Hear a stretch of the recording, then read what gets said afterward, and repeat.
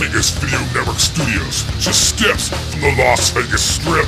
It's Top of the Food Chain. And now your host, he's 1 part Mohawk, 2 parts attitude, and a touch of what the It's Al Mancini.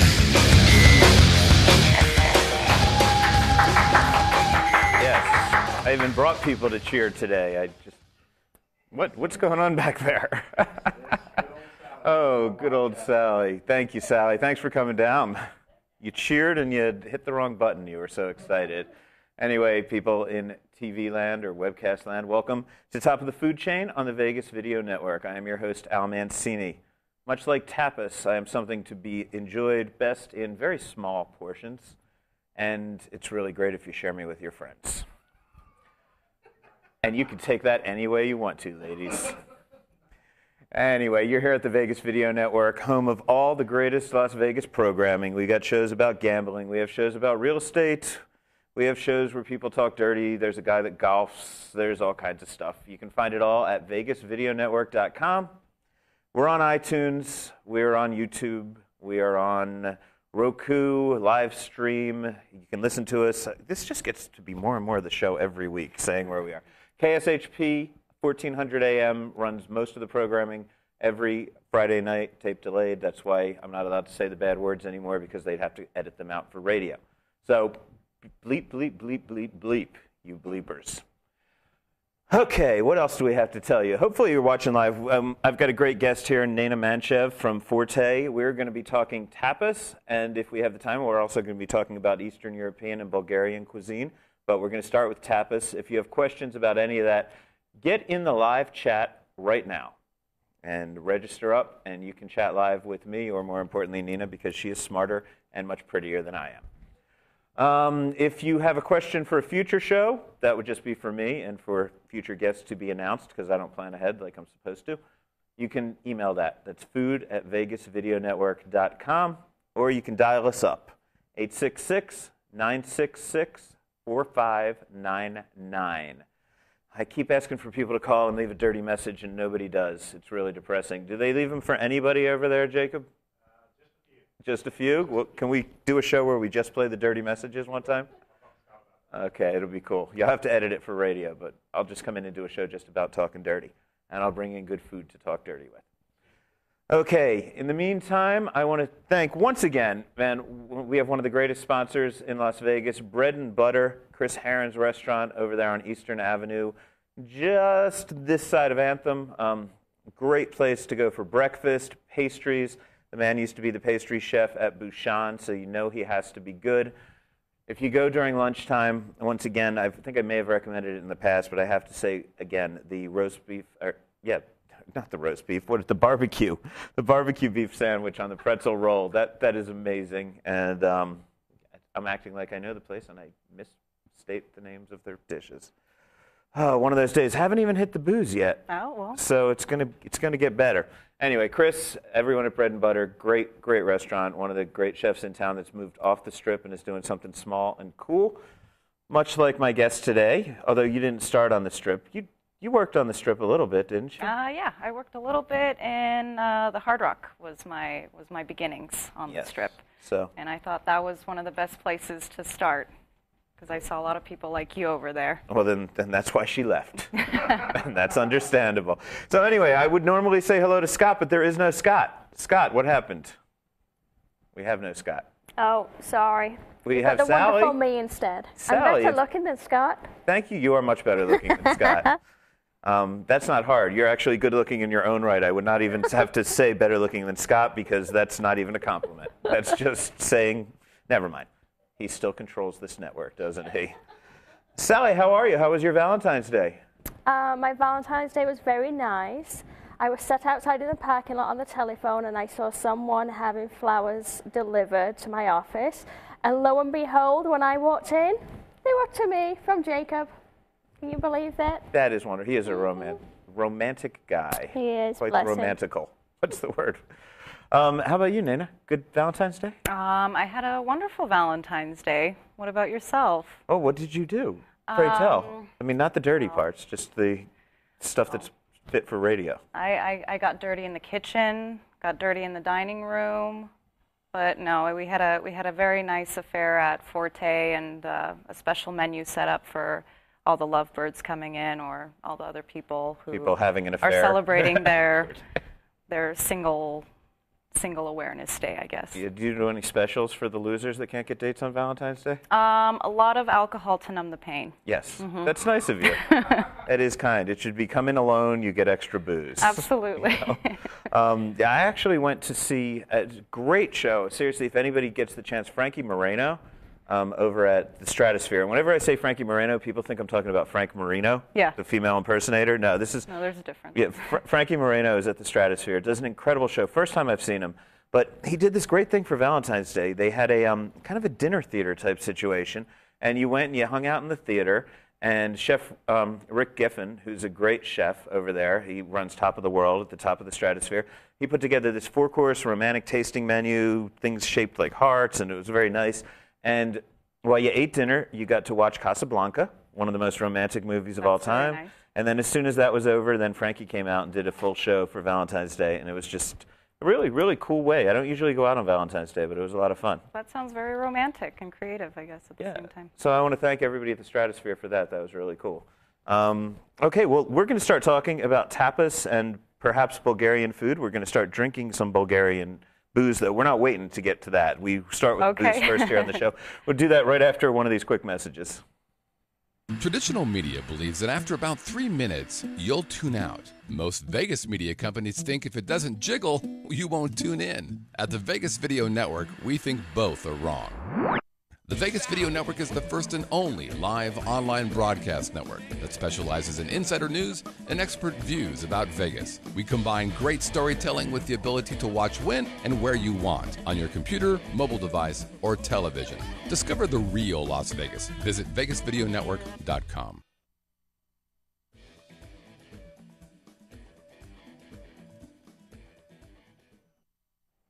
And welcome back to the Vegas Video Network. I am your host, Al Mancini. One more time, back at you. And we're talking tapas today. We're going to start with that with the great Nina Manchev, one of my favorite restaurateurs here in town.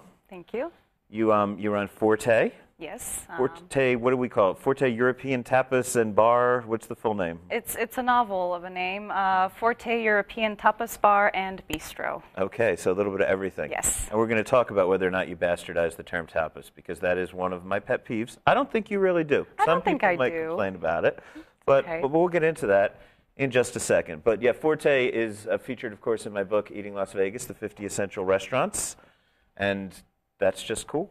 Yeah, I'm very proud of that. I'm very, very proud that we get to write about great places off the Strip. I mean, that's the thing, everybody, not to plug the book, but buy a copy. No, not to plug the book, but I'm really happy that 15 of our 50 essential restaurants are off the Strip, and yours is certainly not a Strip restaurant. It's a really cool... It's a strip mall restaurant. It's a strip mall restaurant, and, you know, there's a UMC Quick Care in there if you get sick or you stub your toe. Lee's Liquor. Lee's Discount Liquor, so on your way home, massage. you can pick up some more... I didn't know about the foot massage. There's foot massage. Mm-hmm. So, yeah, over on Rainbow, and great restaurant. I'm getting a foot massage next time. You should organize a foot massage night. That's what we should do, tapas and foot massage. And maybe some Lee's Liquor can come in and sponsor, too. There you go. We can have a good time. Vegas Fino. And then we'll end up at UMC Quick Care for some reason, I'm sure. I hope not. Well, it's a great restaurant. It's got a very city vibe to it. You know, it reminds me of places in downtown Brooklyn when I used to live there, or even in the East Village. You're an artist, so your art is all over the walls. Yeah.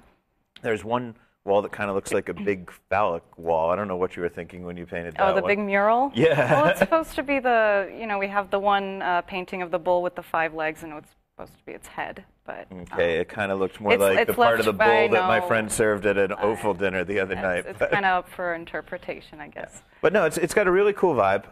Very hip and trendy, very, you know, but you're making it a little classier these days. You know, you've installed a nice wine cellar, and you're making, I don't know, it's getting too nice for me. No, it's still keeping it rustic. I mean, we have the bricks up there. We have the wooden door.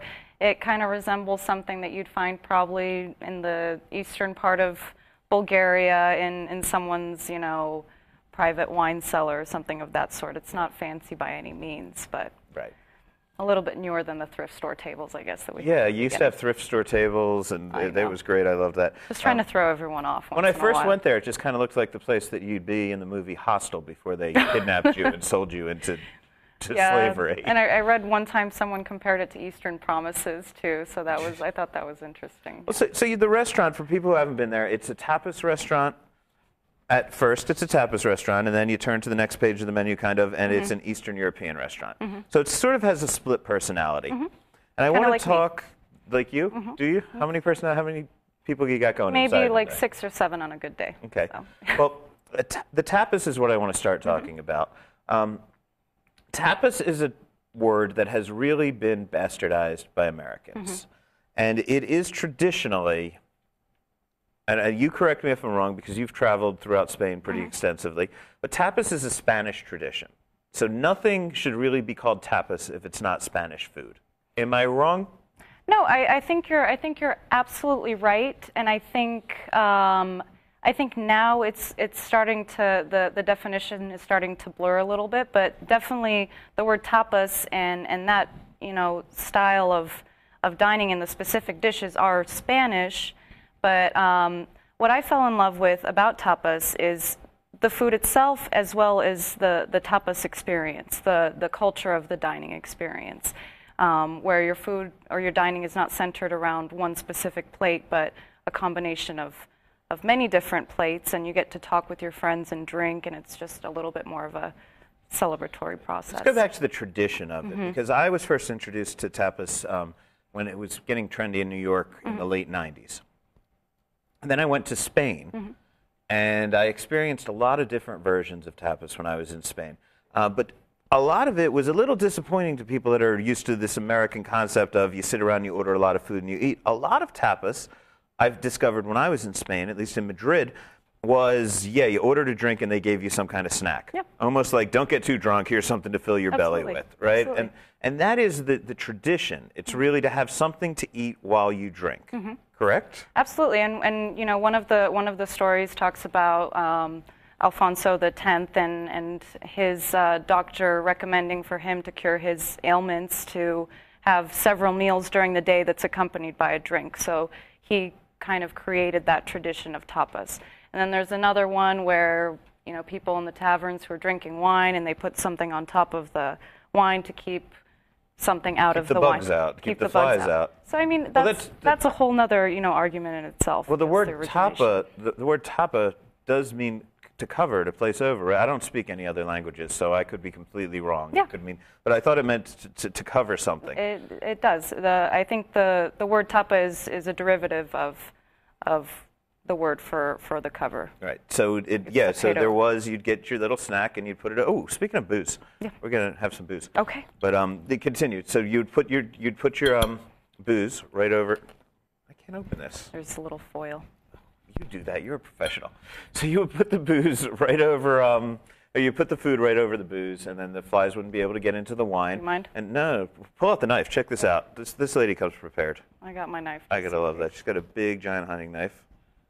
So that is the tradition of tapas, and it was not someplace, at least when I was in Spain, it wasn't a place that you would go for a meal. It was stuff they served while you were at the bar. So if you're going to a tapas restaurant and you're not drinking, then you're in trouble, because it's supposed to be there to accompany the food, or the booze. Food plus booze equals tapas.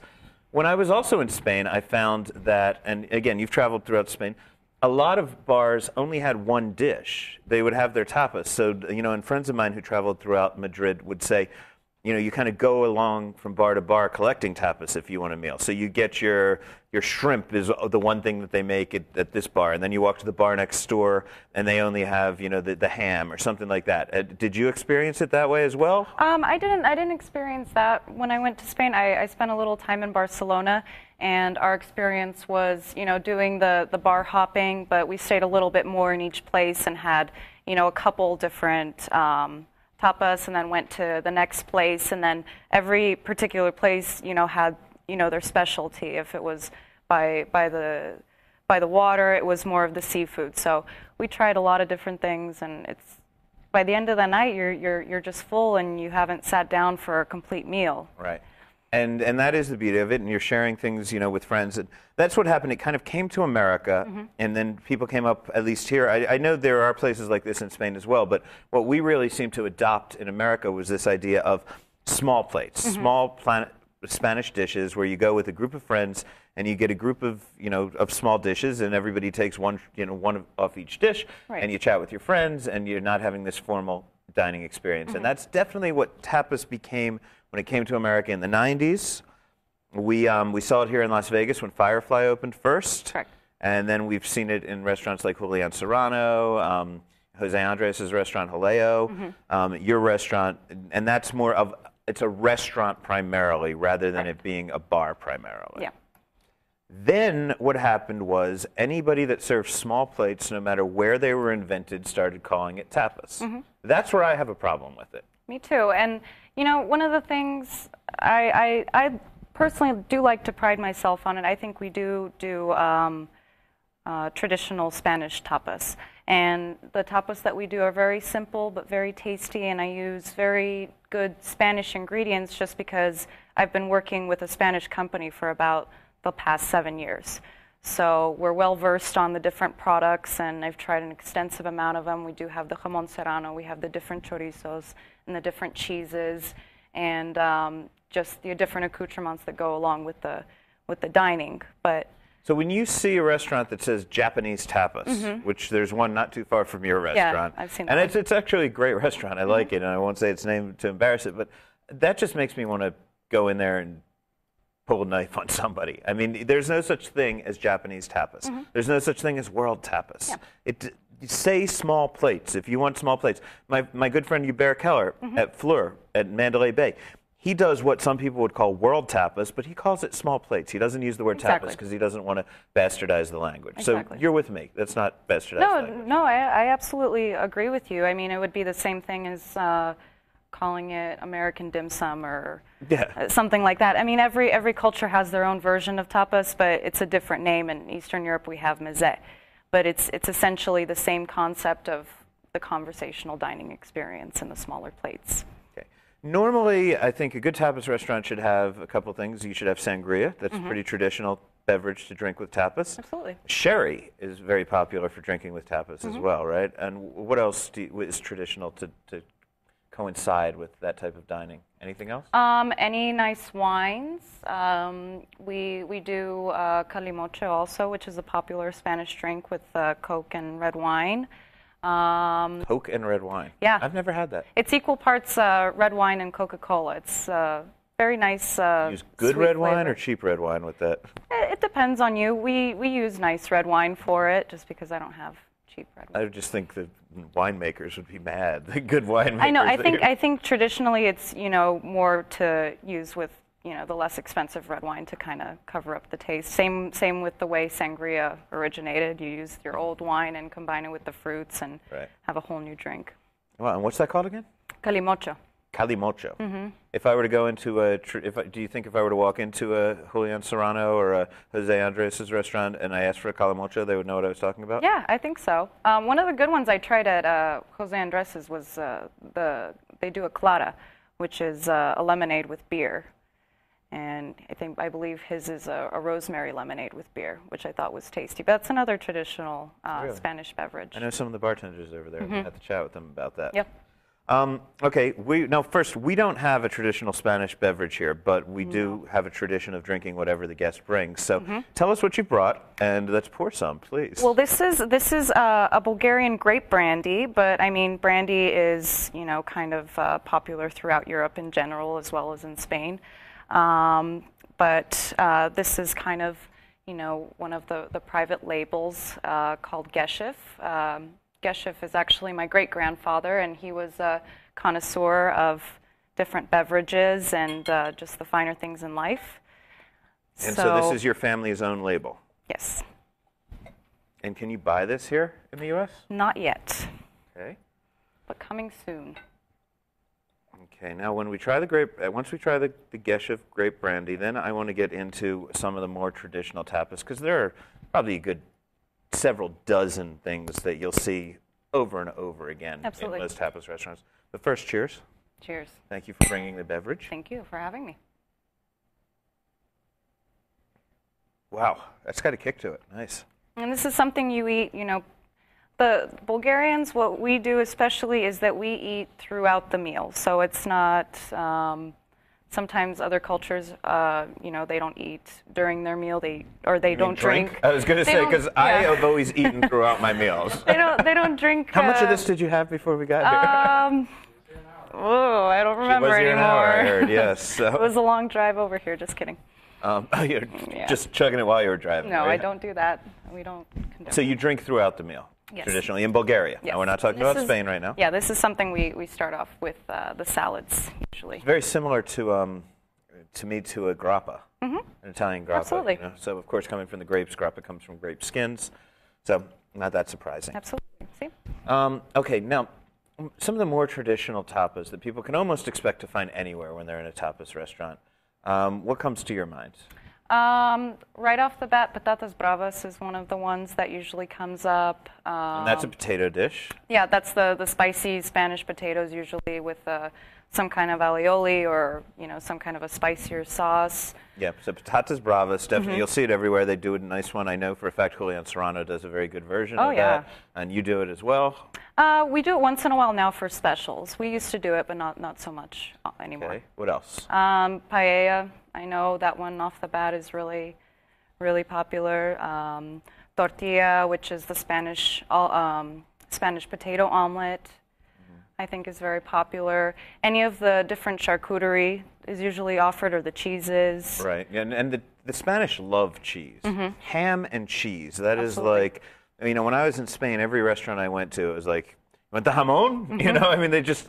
They love ham, they love cheese in Spain. A lot of times, it'll be, they have some of the best pigs and some of the best ham Absolutely. in the world that originates in Spain.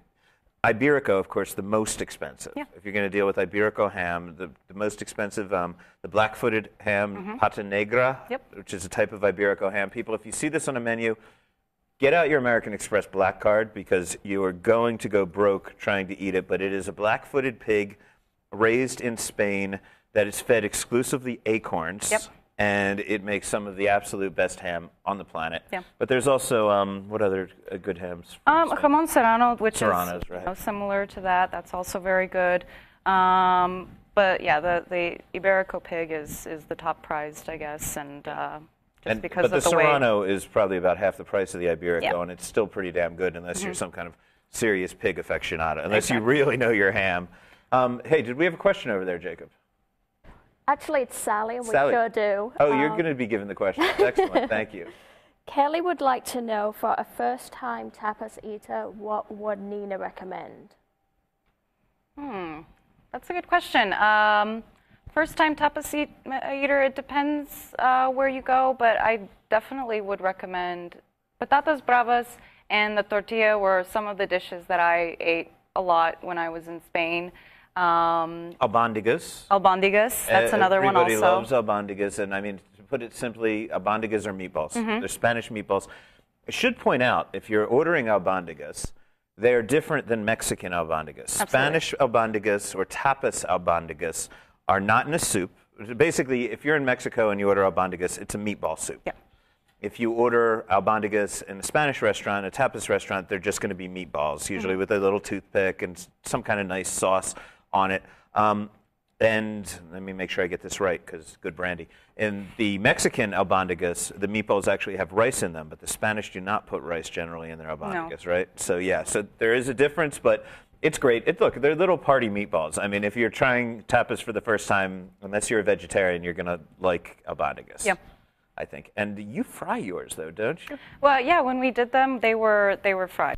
They were fried meatballs. Oh, you're not doing them right now? No, we do them on specials. See, this is the beauty. I just walk in restaurants and order things. I don't even look at the menu, so I never know what the normal people get to eat out there.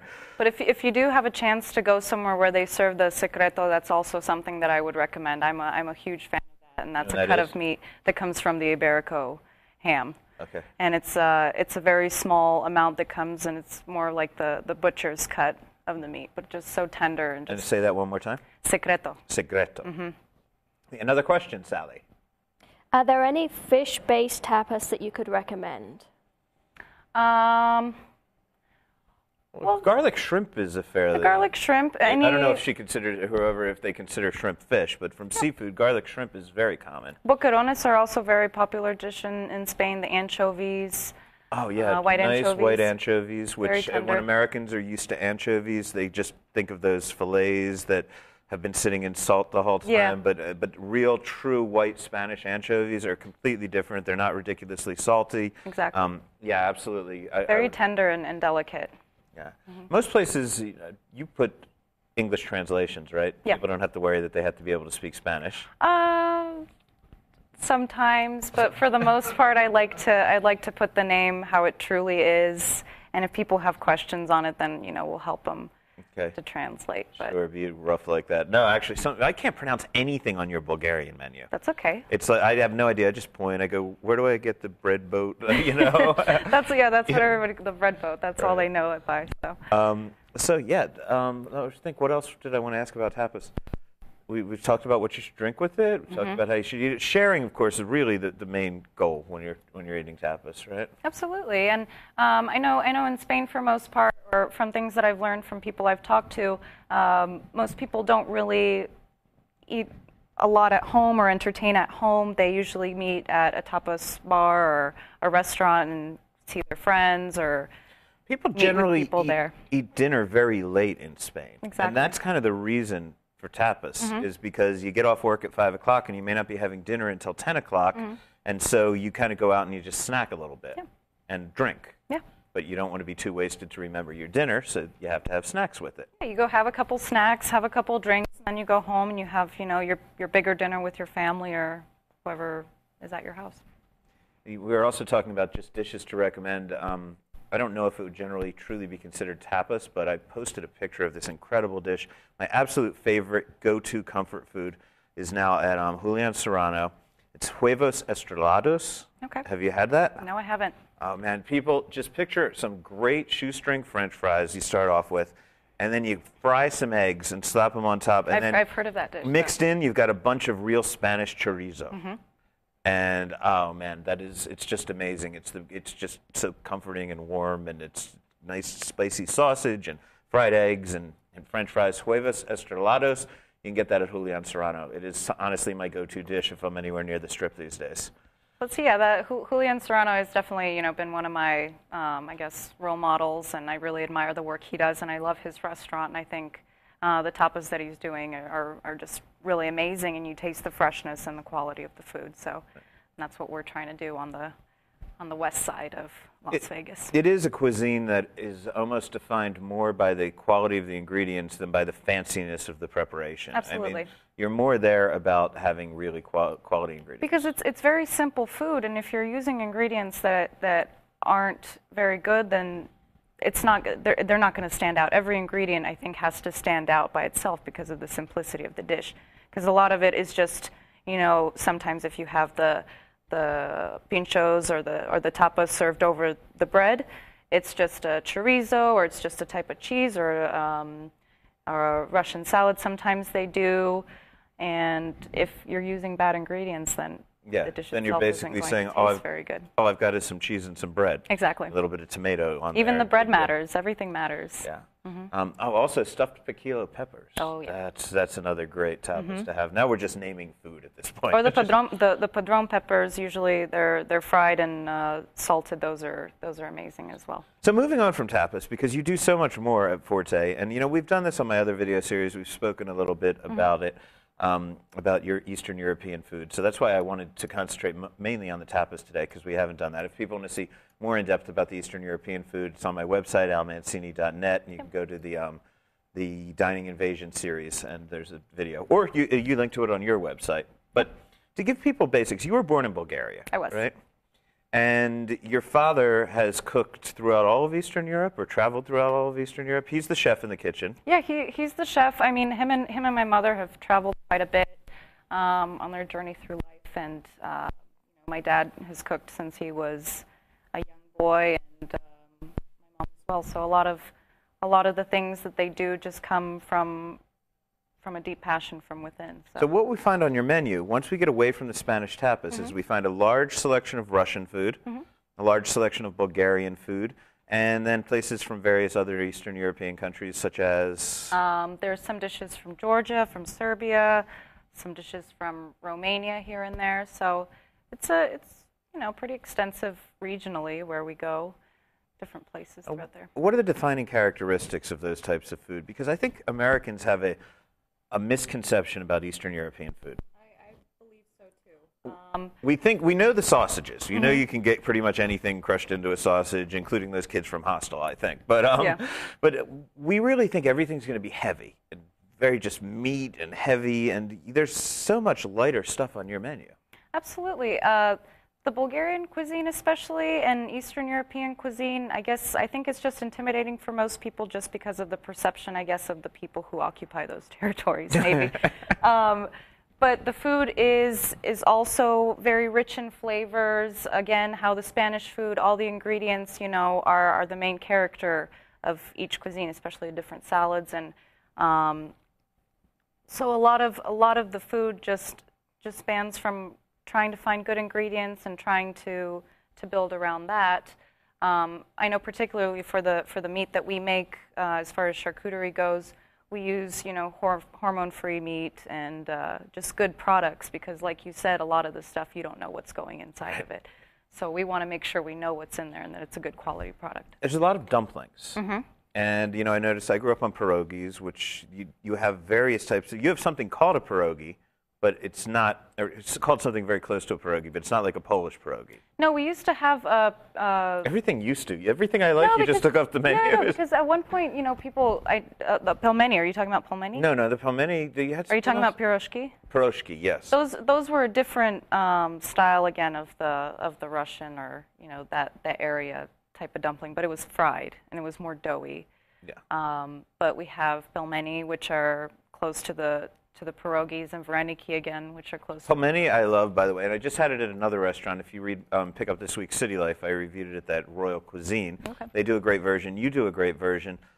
Pelmeni is kind of a Russian dumpling, and what's really beautiful about it is it's a heavy dough, and inside is very densely packed beef generally. So it should be really heavy. It should be exactly what you're expecting from Eastern European food, except the spices and I shouldn't say spices, the herbs that are used on it are so light and almost springtimey that it counterbalances the meat and the heavy meat and the heavy dough, and it gives you this really incredible contrast. Yeah, and for ours especially, we use a little bit of a thinner dough, and we use more of a thicker dough for the hinkali, but that's when it boils, all the bouillon from the meat actually goes inside of the dumpling itself.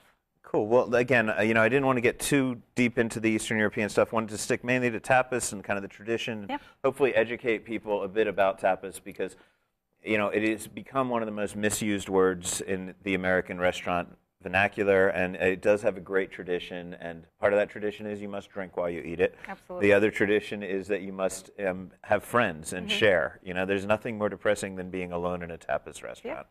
So.